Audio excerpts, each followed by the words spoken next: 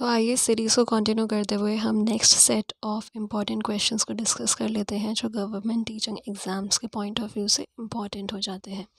So the first question for today is corrosion of metal. Corrosion एक ऐसा process है जिसमें मेटल जो है ख़राब होने लगता है, सड़ने लगता है, गलने लगता है। और इसी में जब आयरन जैसे मेटल के साथ जब कोरोजन होता है तो उसे रस्टिंग कहते हैं। ये याद रखना बहुत ज़रूरी है कि आयरन में रस्टिंग होती है और आयरन वीक होने लगता है, साथ ही साथ हैवी होने लगता है। और ऐसे कमज़ोर और भारी लोहे को हाइड्रेटेड आयरन कहा जाता है, जिसके लिए केमिकल फार्मूला रिप्रेजेंटेशन है Fe2O3.XH2O।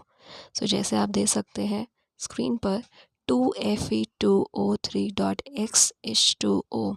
ये एक बैलेंस्ड इक्वेशन बनाई गई है और आप देख सकते हैं कि कैसे आयरन ऑक्सीजन और वाटर के साथ रिएक्ट करके हाइड्रेटेड फेरिक ऑक्साइड बनाता है और इसी को हम रस्ट कहते हैं। तो अगर रस्ट का फॉर्मूला पूछा जाए तो इट इज़ Fe2O3.XH2O, राइट। ये याद करना हमारे लिए बहुत इम्पॉर्टेंट हो जाता है। Ferric oxide is equal to rust, right. Ferric oxide is equals to rust. Rusting किस में होती है? आयरन में होती है, हाइड्रेटेड फेरिक ऑक्साइड, राइट।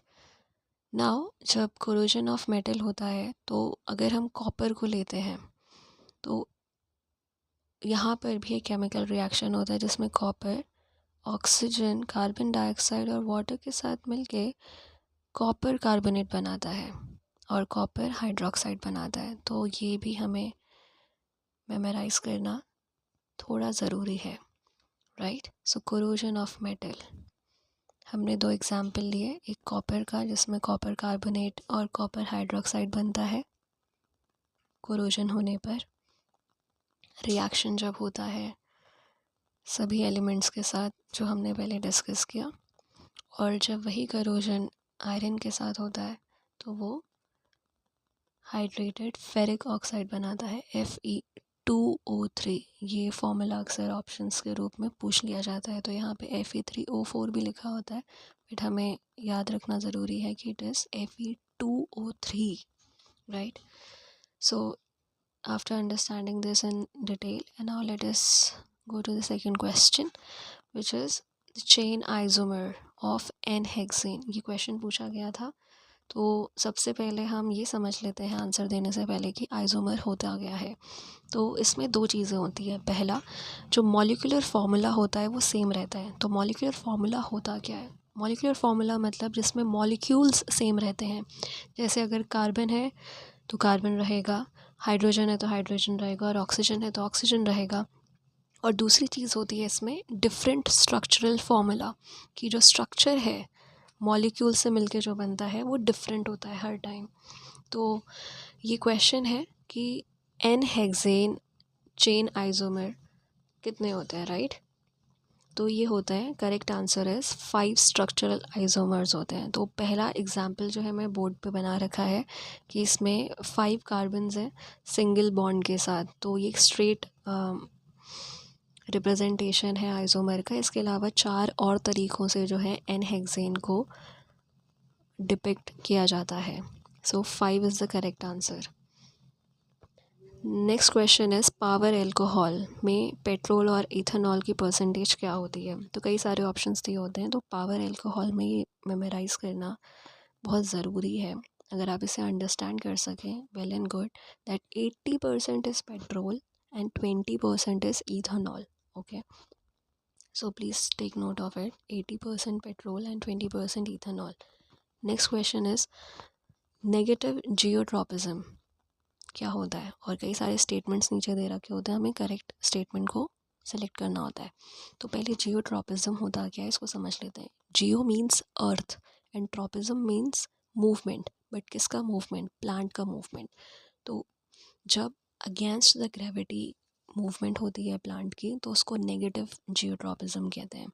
और जब movement of plant is towards gravity gravity के साथ साथ मूवमेंट है तो उसे हम पॉजिटिव जियोट्रॉपिज्म कहते हैं। एग्जाम्पल, रूट्स जो हैं जियोट्रॉपिज्म है कौन सा, पॉजिटिव, क्योंकि ग्रेविटी के साथ साथ ग्रो कर रहा है। और नेगेटिव जियोट्रॉपिज्म का एग्जाम्पल है शूट का ग्रो करना। So the correct statement here for negative geotropism is upward growth of plant shoot. It works against the gravity, right? Upward growth of plant shoot. And the next question is malachite क्या है? या फिर एक question ऐसे ही पूछा जा सकता है कि ओर ऑफ कॉपर क्या होता है, उसका नाम बताइए। So malachite is basically ore of copper metal. ये ग्रीन कलर का होता है और इसका केमिकल रिप्रेजेंटेशन है Cu2CO3.CuOH2. Okay, copper carbonate, copper hydroxide. Now the last question for today is जो सलाइवरी अमाइलेज होता है वो एक तरीके का एंजाइम है, ये किस पर एक्ट करता है, किसके डाइजेशन में हेल्प करता है salivary amylase? So salivary amylase हमारे बकल कैविटी में पाया जाता है, right? Buccal cavity is basically the mouth region. तो वो एक्ट करता है कार्ब्स पे। कार्ब्स मतलब carbohydrates. Carbohydrates source of energy है। कौन सी source of energy? Instant source of energy. तो बेसिकली ये स्टार्च है और जब सलाइवरी अमाइलेज स्टार्च पे एक्ट करता है तो इसे सिंपलेस्ट फॉर्म ऑफ शुगर में कन्वर्ट कर देता है जो कि है माल्टोज। सो ये ध्यान में रखना बहुत ज़रूरी है। Salivary amylase acts on carbohydrates starch and converted into maltose which is the simplest form of sugar. और एक यहाँ पे आप डायग्राम देख रहे होंगे छोटा सा जो कि बता रहा है कनकेव लेंस के बारे में, जो हमने प्रीवियस सेशन में डिस्कस किया था। मायोपिया का करेक्शन लेंस है कनकेव लेंस और ये कुछ इस तरीके से दिखता है। सो आप इसको ध्यान में रख सकते हैं। Thank you very much.